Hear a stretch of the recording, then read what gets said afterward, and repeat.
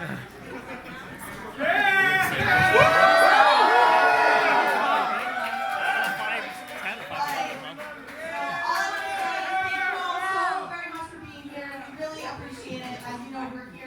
of you probably know we were here for a big rally recently. Coming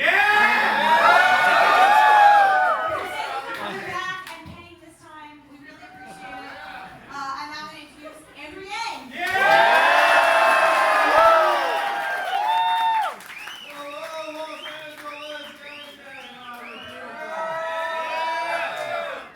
Welcome to my modern art installation. I will now stand here in this position. For 6 hours. I can't believe you're going to be our president!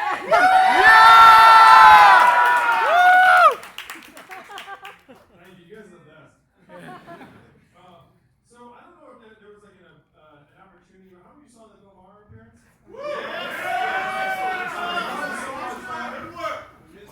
We did Bill Maher. Some of you are watching the NBA Finals. That's cool.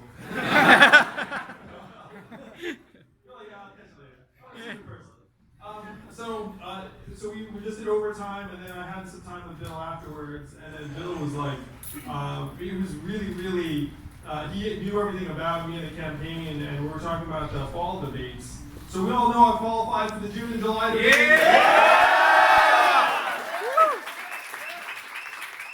But what you may not know is the DNC put up the requirements for September and October. And so there are 2 requirements. Number 1, 130,000 individual donors. Easy! Easy! Here tonight. How many do we have? 116? Now,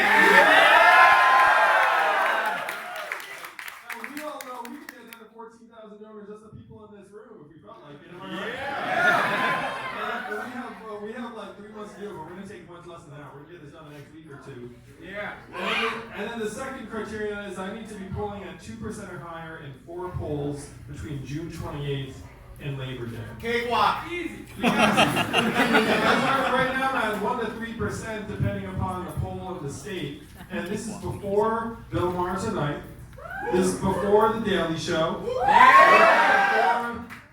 New York Times, NBC, like all the stuff that we've already booked that's coming up. And then this is before I crush it at the debates.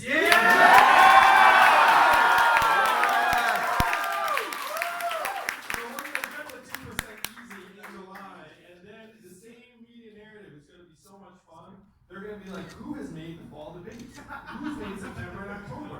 And then you know what that list is going to look like? It's going to be Joe Biden, Bernie Sanders, Elizabeth Warren, Andrew Yang. And then you're going to see a whole other round of like, what the fuck? In the media, they'll be looking at each other being like, is this the way democracy is supposed to work? So after we make that threshold with your help, we're going to be on the debate stage not just June, July, but then September and October. And I'm going to give you guys a bit of an inside scoop. After we hit those thresholds, then we're going to start getting aggressive. Because when we're already at a point where we know we're guaranteed a spot in the debate stage all through the fall, then it's going to be time to go out there and really start drawing contrast between us and the other candidates.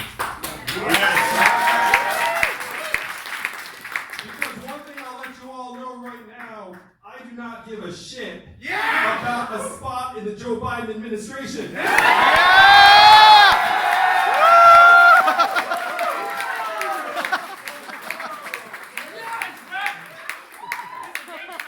you can almost see the other candidates being like, what am I going to do? What am I going to do? Am I just going to go down quietly and meekly and then hope that Joe picks me for a non-shitty cabinet post?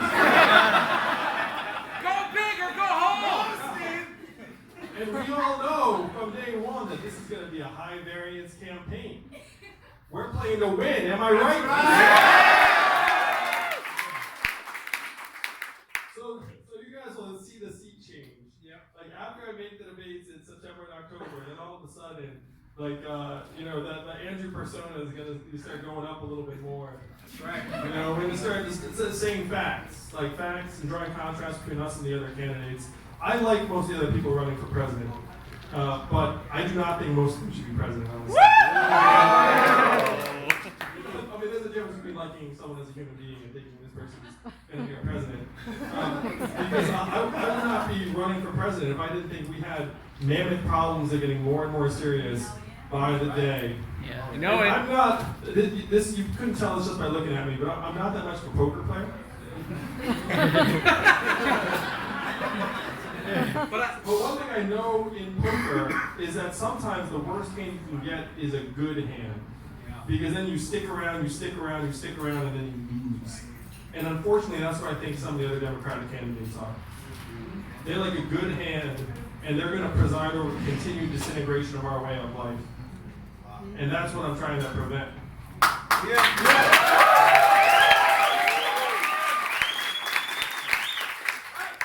So you all are what I'm going to call early adopters, and I love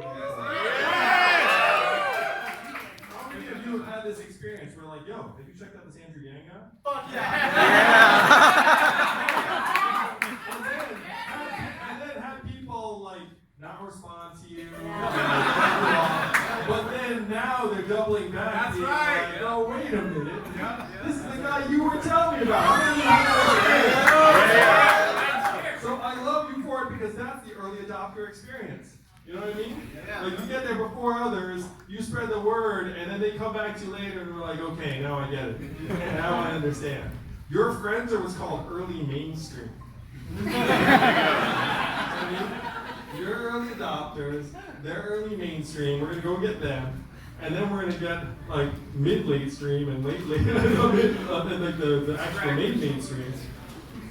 And that's how we're gonna grow in days to come, but it doesn't happen without people like you making the case from day one. My job is to make your job as easy as possible. So I've given you a sense of some of the things that we have coming up. I'm going to be on the cover of the Washington Post magazine next weekend. That entertains the shit out of me. Just because if you imagine, like, who the hell gets the Washington Post in like hard copy now? Just think about that. Think about that. There's probably a lot of people in the DC area, and you can imagine them all get a Sunday paper, and then flip it open, and it's like freaking magazine cover, and it's like this guy. What's going on? That gives me some joy.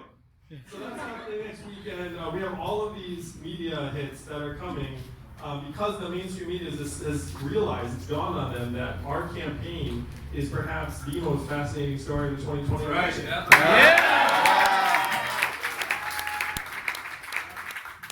And so that story is going to grow and grow and grow. And I'm going to let you all know, so that the way the debate format works is that you get a 30-second close. And I want you all to just shout out how you think I'm going to close that debate on June 26th. Right? Freedom dividend. Secure the bag.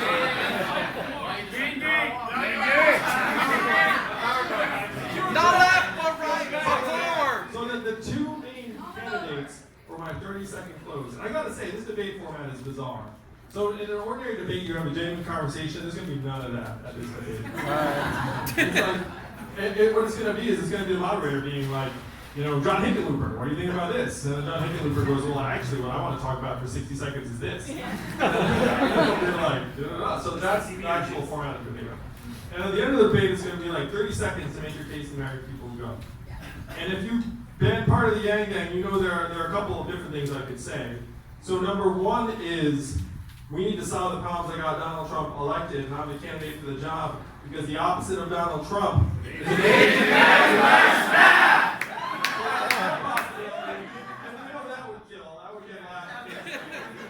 And that's, this debate is going to be seen by between 11 million and 24 million Americans. So think about, the average American right now has no clue who's running for president. It's one reason why Joe Biden's the front runner. Who was the front runner in the Republican field this time in 2015? Jeb Bush. That's right, Jeb with an exclamation point. You guys remember, it was Jeb. Jeb was going to be our next president. And when Donald Trump came down his golden escalator, no one thought, like, ooh, that guy's going to be president. He came in at like 1 or 2%. Do you guys remember this? Yeah. So this feels field is going to rearrange itself in a very fluid manner in the days and weeks and months to come. The front runners now will not be the front runners 4 months from now. So most Americans are paying no attention to what's going on in 2020, and the first time they're going to tune in, for the most part, is on June 26th. They're going to turn on that TV, there are going to be 10 candidates standing in front of them, and what we all want them to ask is, who's the Asian man standing next to Joe Biden? That's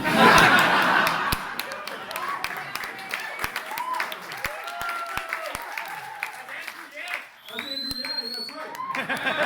And then they're going to be like, wait a minute, I think I heard something about this guy. He wants to give everyone $1,000 a month. Yeah. And then they'd be like, he's actually on the debate stage? This is real? He's taller and better looking than I thought. And then they're going to Google Andrew Yang or Asian guy standing next to Joe Biden. And so if you imagine, like 11 to 24 million Americans watching that, like tens, hundreds of thousands of people are going to dig into this campaign, the ideas, and realize that this vision is something that we can make real. Like this is going to be our coming out party. That's why this field is going to rearrange itself so much in the days to come. You all are early adopters, but most Americans have not tuned into 2020 at all. So June 26th is going to be a big coming out party. July 30th is the next debate. We'll get another bite at the apple. And the way I'm planning to close it, just give you guys a preview so you can actually sing along with it, like when this time comes, is the way I'm going to wrap it is going to say that right now Democrats are focused on one question, on who's going to be the best nominee. And what is that question? Who's going to be Donald Trump? Who can beat Donald Trump? And I'm going to suggest that the best candidate to beat Donald Trump is a candidate who's already peeling off thousands of Trump supporters, conservatives, independents, libertarians.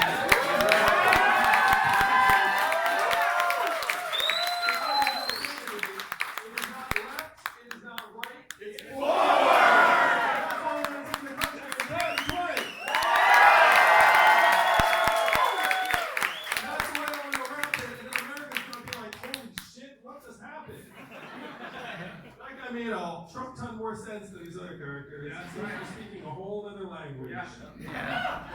And so that's how we're going to grow. We're going to stay in this field. We're going to make the debates September and October. The field's going to shrink from 23 or 24. It's going to shrink to like 10. And in the top 10, like our numbers are just going to keep going up because our message is distinct. You know, it's like if there are 9 people who are saying like variants of the same thing, and there's one person saying something differently, that one person's going to keep on gathering steam. So this is the vision for the days ahead. It's so much fun, and I have to say how grateful I am and the team is for you all giving us this opportunity to make history and reflect your values to the rest of the country. So thank you all very much.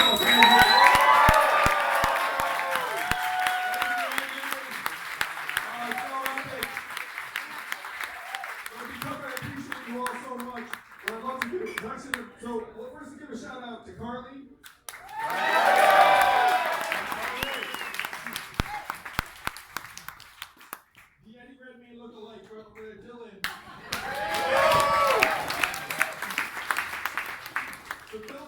Helping to set up events here in Southern California. So go direct to him if you'd like to host something, particularly if you have a really fancy house and a very nice view. Then you have to talk. And then let's give a round of applause for my campaign manager, handsome Zach Sagoman. Real quick. So the deal is, everybody, I promised to get a selfie and get to meet Andrew tonight. That's the important thing. Yeah, that's great. Really quick, I wanted to just give you a quick story and give you an inside scoop of how this campaign is going from the back end, if you will. So, my first day as campaign manager, I had a team of like 4 or 5 of us, and I blew up a quote and put it on our wall. And that quote was from the New York Times. It said, "Andrew Yang is a longer than long shot for the president of the United States." And then about 6 months later, 538 came out with an article, and I put that headline up on the wall. It said, "Andrew Yang is a semi-serious contender for the presidency of the United States." And then we just got included, like in December, our name was mentioned in a CNN poll. 0%. We were in the poll. Just made it. And then what happened? Started polling at 1% and 2%. And then Time does a piece. And Politico does a piece. And New York Times does a piece. And next thing we know, we cracked the top 10 of CNN.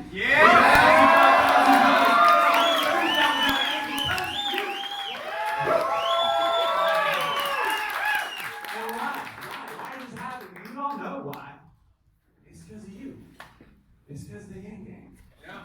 It's because all of us, enough Americans, are sick and tired of the nonsense. Where some guy, people like the mainstream media, this guy comes up and says, hey, this is happening. And everybody's like, he's crazy. How could he ever win? Just a normal guy saying that. That's how backwards we are. And that's what's going to happen. Enough Americans are going to wake up. The mainstream media is going to so far behind this as we go and we crack the top 3 in Iowa. And then we surprise the shit out of everybody in New Hampshire when all libertarians and Republicans show up and say, this is our guy. And we win South Carolina, and we go to Nevada, and we do the whole freaking thing. It's because of you. So from the bottom of my heart, on behalf of our campaign of 25 scrappy entrepreneurs, not politicians, not politicos, people, everyday Americans like you and me, thank you.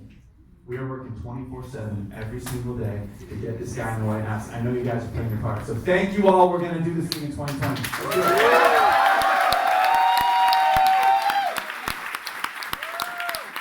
So I'm ready to take a few questions because we're here in like this fun, intimate group. And actually, because you're in the front, you dress so sharp. Just come on, not a plant. I have no idea who he is.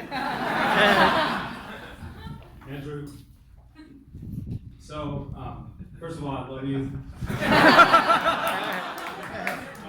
But 6 years ago, I was homeless, eating out of a dumpster out of Trader Joe's. I was born in South America, Paraguay, Asunción. My parents didn't plan it out, whatever the case that was, but I love them either way. But I ended up being 8 years illegal, in this country, and today I own a company. I employ 11 people.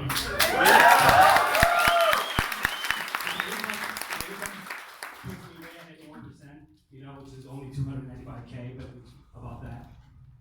But what I want to ask you is, how are you going to enforce that other people like me, and not just like me, everybody else that is actually born and raised here has the same opportunities to see that they can actually obtain more than just going to school, right, and get a degree and get a job. Look at that, man. You're like thinking of others before yourself, man. That's beautiful. Everybody else, and that's the thing that makes this country so beautiful is the fact that, when you were born in a communist country like I was, and then you come here, and everybody else has an opinion, that's actually beautiful, because if it wasn't for everybody, we would be here. But then again, it's, I want to see how, we're going to enforce education to make it, to share the dream with a lot more people than just yourself. Give me a hug, man.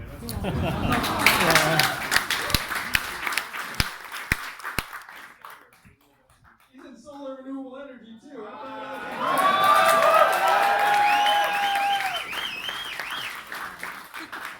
So I'm the son of immigrants, and I think that immigrants make our country much stronger and more dynamic, culturally, economically. And if you look, just like just like Robert, about half of the startups in Silicon Valley were founded either by an entrepreneur or the children, or an immigrant or children of immigrants. And that plays out in communities here in Los Angeles and around the country, where we know that immigrants have much higher rates of business formation. And I worked, as most of you know, for 7 years helping train hundreds of aspiring entrepreneurs around the country to try and give them that sense of agency and power, and that they can realize the American dream. And the statistics are much darker in the opposite direction, where the rates of business formation are at multi-decade lows in 85% of the country. Rates of business formation for young people are at all-time lows, in large part because we're loading them up with school debt and loans. We're saying you have no choice but to go to school. We're going to make school so incredibly expensive that you're going to get crushed by debt. And then when you come out of school, there's going to be a 44% chance you're underemployed in a job that didn't require that degree. And you can't discharge your loans, even through personal bankruptcy. So what we're doing is we're selling false promises package in these visions of success through these institutions that are actually not serving human values and goals. Yeah, my college tuition was 3 times more expensive than the U.S. citizen. Actually, Moore Park in Ventura County. It's 3 times more per unit. Wow, that's incredible. So how am I going to afford that? When I can't even afford to live. Yeah, and it's tough for parents too because they feel like they have no choice but to take out these massive loans to send their kids to school to try and ensure their future, not knowing that that might not be the right course of action. So this is a set of problems we need to attack from every angle. We need to first debunk this myth that college is the end-all be-all for everyone. Right now, 33% of Americans attend college, and that rate has been essentially constant for years. And the 6-year completion rate from a 4-year university is only 59%. So 4 out of 10 people who are starting college are not finishing within 6 years. And they're not getting their loans forgiven. Yeah. It's not like the school's like, well, you can get the degree, then it's free. Like that's not the way it goes down.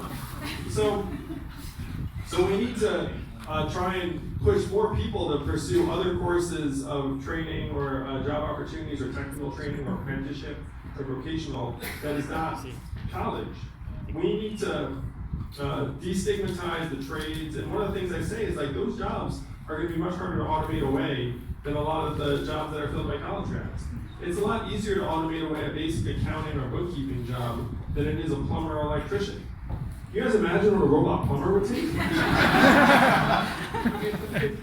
That's never going to happen. Plumbers are like the safest job there is, and it's quite lucrative. And he works with his hands, and he can charge me whatever the hell he make it up. I don't know what the hell. He's like, hey, today's going to be an expensive kind of day. He's got a great job that one. So we have to start selling people. Not say that there are only a couple of paths. We need to tell these colleges, look, why are you so expensive? It's like this is out of control. But most of all, we need to start getting economic resources into people's hands so they can actually start doing the kind of work they want to do. How many of you all would be more likely to start a business or do something creative or entrepreneurial or artistic if you were getting $1,000 a month? You know what I mean?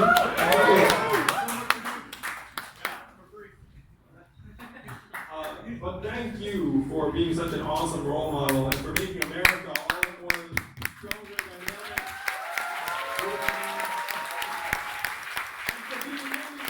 Sure,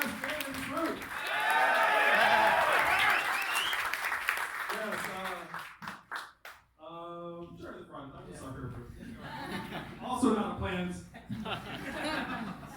And so, it's really incredible that, you get onto like Twitter calls and I'm expecting him to steamroll you and like Laura Ingram and, in some ways Jesse Waters as well. And they kind of hear you out. They're willing to hear you out. And it's also wildly incredible that you get onto like Jimmy Dore and with Mehdi Hassan and these guys who tout themselves as like progressives and liberals. And, they have these preconceived ideas about what your policies are, and they're, it's completely off. But when you're answering their criticisms, there seems to be this like cognitive dissonance that prevents them from completely hearing you out in any way or form. So, what can you do? Because I know like when the debates come, it's going to be even worse, in that sense. So what can you do, and what can we do to represent your policies coherently? Thank you, Will. I have to say, I went to Brown University. Anyone heard of Brown? Yep. So I assumed I must be like the most liberal dude around. That school, very liberal. They had a party called Power, Sex, Love, God. Where you walked in, and it was like the gay naked party. Holy shit. So I remember this. I'm like 18, 19 years old. I'm like walking home on some main green. I'm like, oh, what is this light show? What is this happening?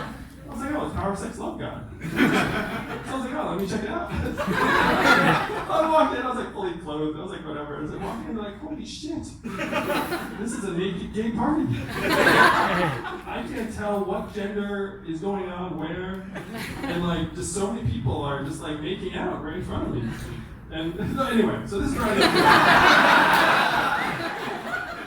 I just assumed I was like the Berkeley? Like, Brown is like Berkeley. And so it's been a real education going on these various media platforms and feeling sometimes like the liberal media is like more out to get me than like, you know, Fox or Ben Shapiro or like whoever. And so, and it's one thing I will share with you all that was probably the weirdest occurrence I've had. So I was on MSNBC like last week, and I said something about Joe Biden being the old guard. Wasn't that bad? They edited that out of the clip. Well, it wasn't online. And so we're looking at it being like, what? MSNBC just decided to get rid of that in that interview? So there's something up. And there's something up that I would not have acknowledged myself if I wasn't part of the process. So in terms of what you can do, Part of the job.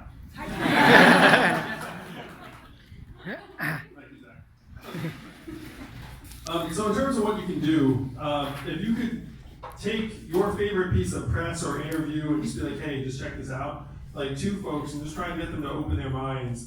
Now, we have a lot of liberal Democrat and progressive fans, I'm happy to say. And people respond more to their friends than any other form of media. If you look at the overall ratings, CNN's average ratings in any given night, it's like 500,000 to a million. MSNBC, it's about 600,000. Fox is like 2 million or so, just to give you a sense of like the parameters. But how many of you get most of your news from any of those channels? Raise your hand. It's like a really low proportion of Americans. So how do you get your news? Reddit.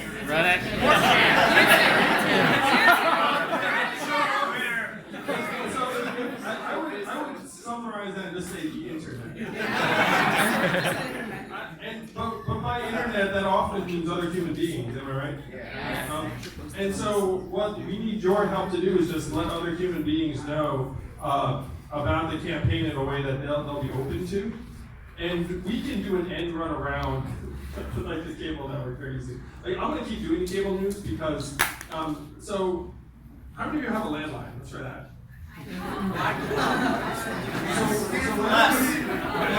How many of you answer that landline?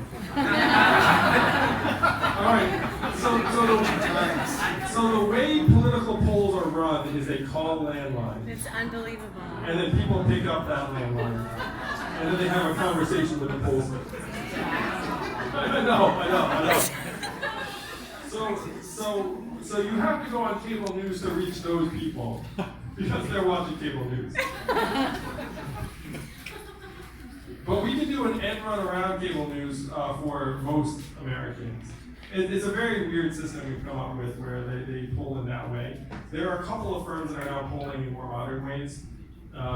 So that's the way the pieces fit together. We don't need cable news, and if you just let your friends know, that's the most powerful thing you can do.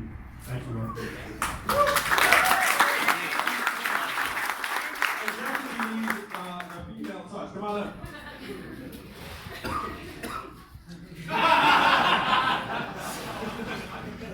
It's short and sweet. What do you think of the changing abortion laws? I cannot believe that it's 2019 and they are passing laws restricting women's reproductive rights in this way.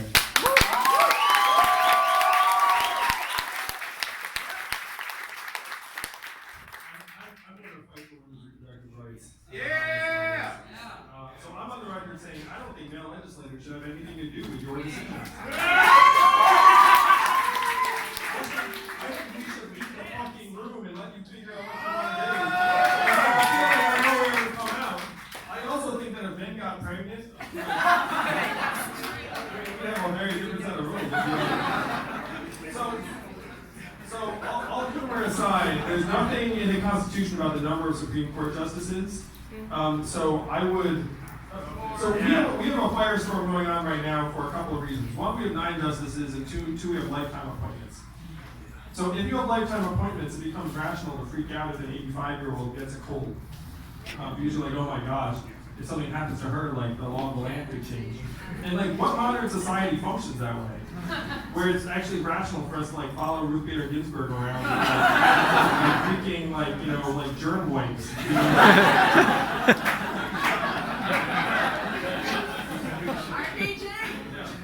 So number one, we have to go away from lifetime appointment to 18-year terms. Yeah. Oh yeah. That would rationalize it too. It's like, okay, I get it. So the Constitution had lifetime appointments. Back then, people did not live this long. And also back then, people just stepped off the Supreme Court for any reason. They did not stay there until they were on death's door to make sure the laws don't change.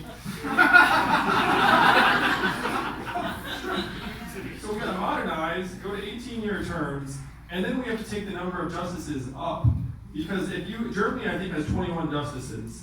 And then if someone steps off, it's like not that big a deal. You know, it's not like this life or death like struggle. So I like the sound of 21 justices. And I have a feeling a lot of those 12 justices that we appoint would agree that women's reproductive rights should be up to them. Am I right?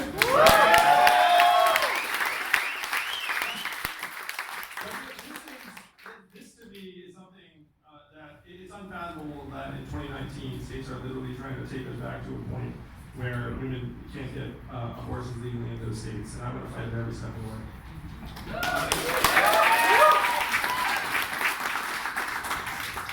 I'm a sucker for young voters in the future. What are you gonna do what laws or how are you gonna replace Donald Trump's immigration laws at the moment? So there are things that we can do immediately through executive orders and just like enforcement. So similar to the Obama era enforcement around Dreamers, like you can say, look, turns out we're not actually going to be looking to deport people who were born here and have various legal classifications. So that I'm happy to say we can do very, very quickly. And then the hope is that you can get some bipartisan legislation around a path to citizenship for people who are here and undocumented in this country. Now that's a very big, heavy lift. But there was bipartisan support for that with Marco Rubio leading the way a number of years ago before he lost his spine.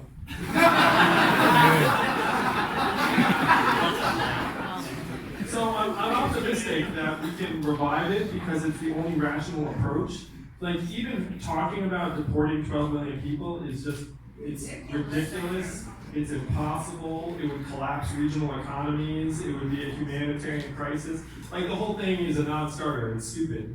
And so we should start owning the reality. It's like, okay, the only rational thing to do is to try and create a long-term path to citizenship for people who are here. And that's something I believe I can get done as president.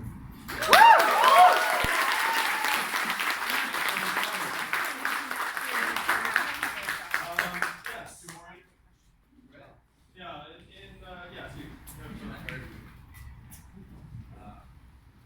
First, my name's Christian. I just want to first of all thank you.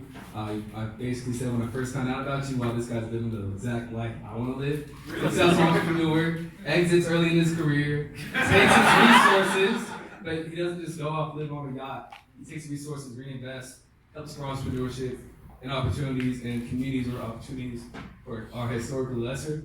So I just want to thank you for that first.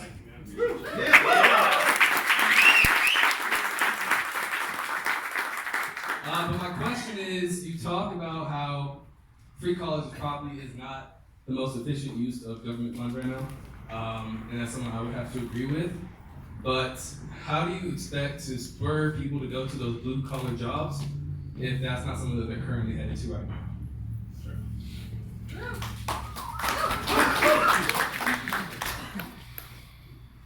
So I think we have to bring down the cost of college. I think putting $12,000 a year into people's hands so that if they do go to college, it's partially paid for. The main reason why people are going into these blue-collar jobs is because they're not being presented a pathway in junior high and high school. So only 6% of American high school students are in technical or vocational or apprenticeship programs. In Germany, that percentage is 59%. Think about that goal, 6% versus 59%. So what do we think should be here in the US? Probably something between 6 and 59%.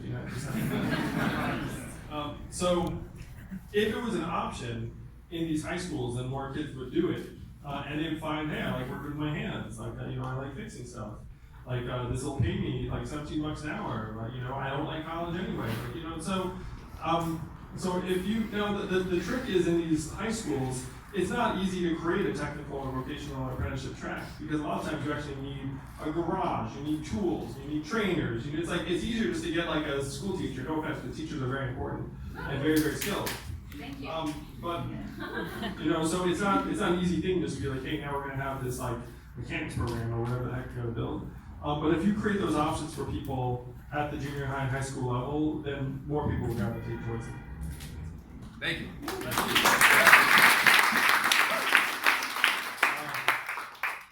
Yes. Hi. Thank you first and foremost. You mean so much to me. I'm 23 and I support my family just because of the way automation has taken place and changed so much of business and industry. So it's really, really means so much to me to see you not only talking about a universal basic income, but also addressing like this is a real problem that is facing America or actually the entire world. And I think that is a huge point to be made right now is that jobs are shifting, and with data and big data and all of the automation that's going on, what is the strategic game plan besides just saying like Amazon's doing this and doing that? Like if you were elected, when you're elected, what is the game plan to create, the big change and the reform and the policies that need to be done as soon as possible? Well, Hold on. Well, let's give a lot of round of applause for working on the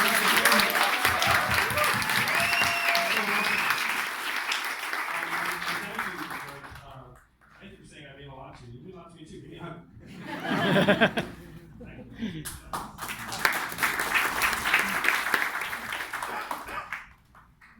Yeah, we need to make enormous changes. And it's one of the things that, I'll stand up here. When the water was spilling, you're like, are we going to walk in and take a spill? Let's see Joe Biden do this.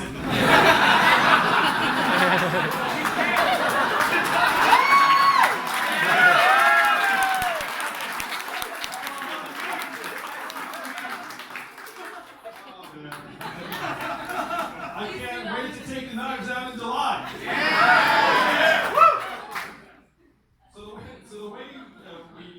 The way we try and make it better for your family and the families that are going to be impacted by automation is we just need to dramatically rewrite the rules of the economy.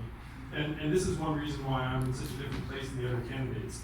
Is the other candidates think that our current economy, if you just curb corporate abuse here and like change the tax code there and like turn this dial, that it's more or less going to be okay. I do not think that at all. I think we're in the midst of the greatest transformation in the history of our country, and it's about to accelerate. And the goalposts are moving, and then going around saying we're going to educate and retrain people will not work for the vast majority of people. It's like holding on to the fantasies that have not been accurate for decades. So if you take that as your premise, which is where I am, and that the rate of change is speeding up, I just talked to, I guess I can say this out loud. So Jack Dorsey of Twitter and Square just now just became part of the Yang Gang. So and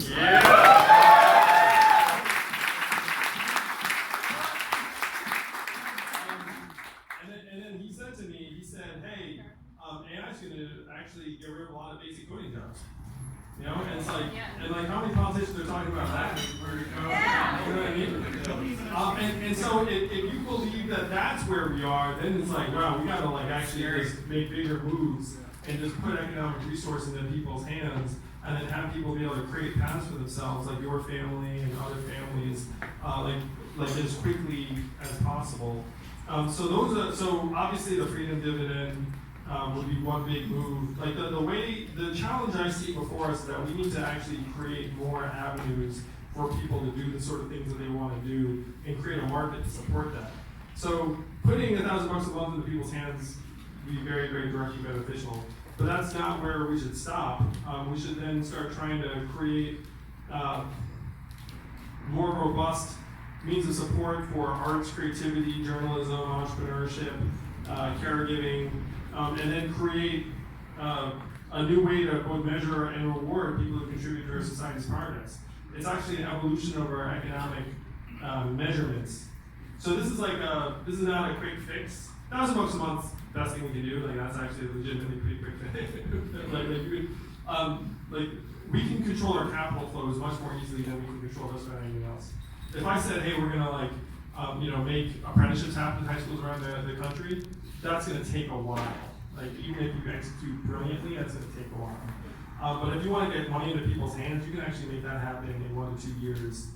So we start there, build a foundation, and then start building a new set of institutions around the kind of work that we want to do. Yeah. Thank you guys. One last question. My friend there is with patience. Come on up, brother. You go. It's all yours. Yeah, I'm Scott. My question to you is, if you ask most people what they think of Donald Trump, they'll tell you he's dumb, he's ignorant, he's stupid. They call him a lot of names.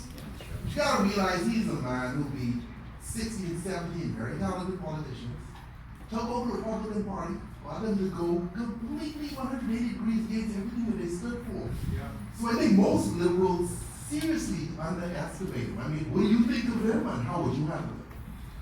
Thank you.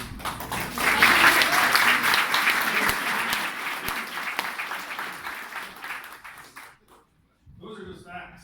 We did all those things, it's true. So you probably heard, we've been joking about what Donald Trump's nickname for me is going to be. Yeah. We came up with Comrade Yang.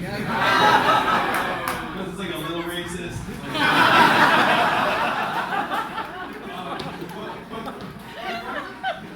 Right now, I am one of the candidates that he has not touched.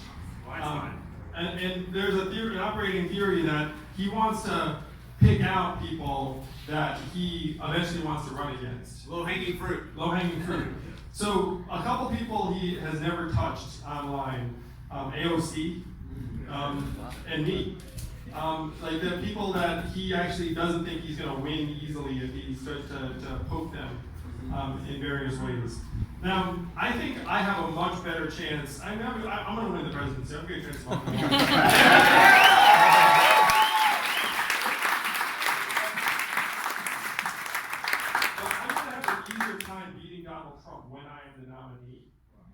Than I am beating the other 23 candidates. I mean, I'm going to do that too.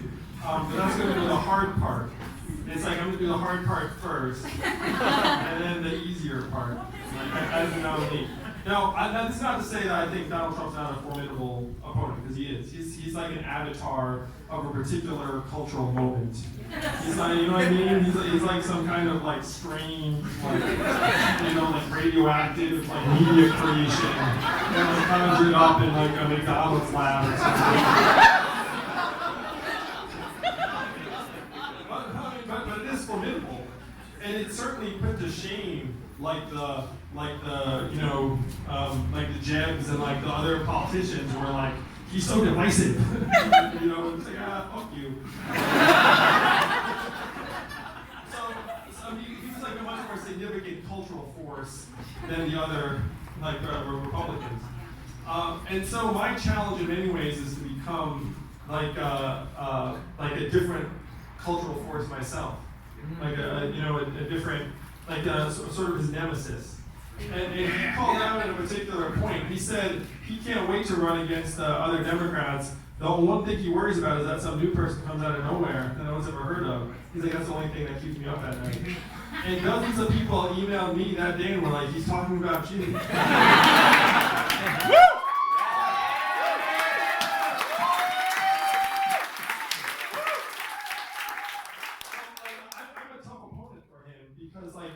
The opponents that he loves railing on are politicians. And so if you're dealing with like a non-politician who's a genuine entrepreneur and builder, who'll call him out on his like being a marketing charlatan, and like if he tries to stick it to me or offend me, like I'll just like laugh at him and I'm also focused on trying to help solve the problems that got him elected. Like I'm a very, very tough opponent for him. And there are people in Iowa and Ohio who come up to me and said, "You're what I hoped for when I voted for Donald Trump." Yep. So if I get that, like, we're gonna be no team.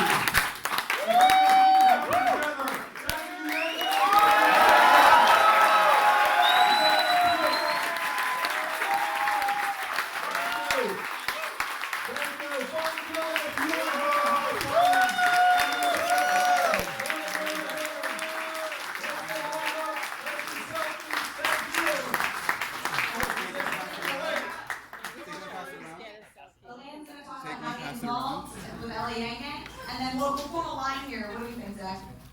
Here, this way? Okay, well, Elaine speaks, and then we'll Take one, pass it around. Let's give another round of applause for everyone.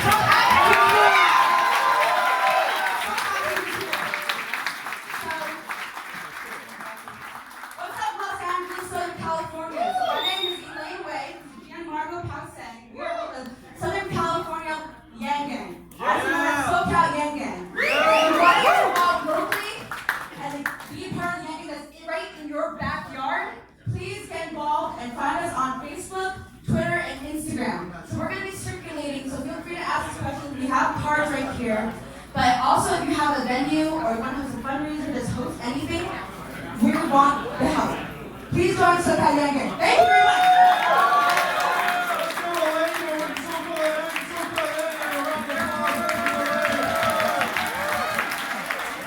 Alright, so here's what's gonna work because we're very entrepreneurial. We're gonna be very smart about this. So our word is our bond. Humanity first, and integrity our values. So I promise everyone you get a picture and a moment with Instagram. We will deliver on that. So how's it gonna work? We're gonna line up starting here, and we're gonna exit this way. All right? I grew up working with kids, so when I say go, you're gonna line up this way. You're gonna exit this way. Ask one question. Don't ask 10. He loves you all, but we'll be here all night. The other thing is, if you're over here, you're like, oh man, I'm not gonna count all of it. I promise you, he will be here the whole time. I promise you. You will get your moment. So please line up. Thank you guys. We'll get through this. I love class. Thanks, guys.